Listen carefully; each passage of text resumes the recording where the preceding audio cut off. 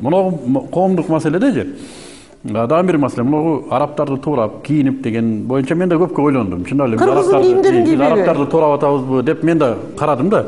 Анан карасам биз арабтарды туурабайт экенбиз. Чындыгында биз ата бабаларыбыздын эле кийимин кийет экенбиз, алардын сакалын коет экенбиз.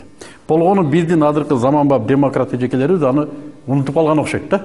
Көрбөйт экен. Мисалы үчүн мен кыргыздын эле кийимин кийбейсиңерби, кыргызда эле жүрбөйсүңөрбү десем, үстүндө бир кыргыздын жиби жок. Муну Кытайдыкы, муну Европаныкы. Biz Европалашып кеттик деп айтпай атабыз го. Тилибиз орусташып кеттик дебейбиз го. Эми кыздарыбыз жолук салынып калды эле арапташып кеттик дейбизби? Арапташмактан инопланетян болуп кетсек дагы ден соолугу чың болсо, бузулбай жүрсө, эмнеге албашыбыз керек аны? Арапташтык десек эле биз ардана беребизби? Эмнеге биз арданбайбыз? Мына голубойлордун мекени болгон Американын кийимин кийип жүрөбүз дегенге эмнеге арданбайбыз? Эмнеге биз атасына эрге тиген кыздардын мамлекетинин кийимин кийип жүрөбүз деп арданбайбыз? Кана үстүңүздө бир кыргыздын кийими жок.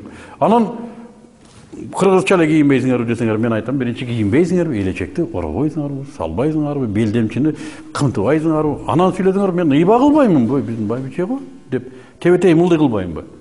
Үстүңөрдө эчтеке жок, өзүңөр жылаңачтыңар. Анан кийин эптеп бир нерсе кылып жабынып алса, ону арабтыкы болуп кетти. Баленики болбойбу, жабынып атат.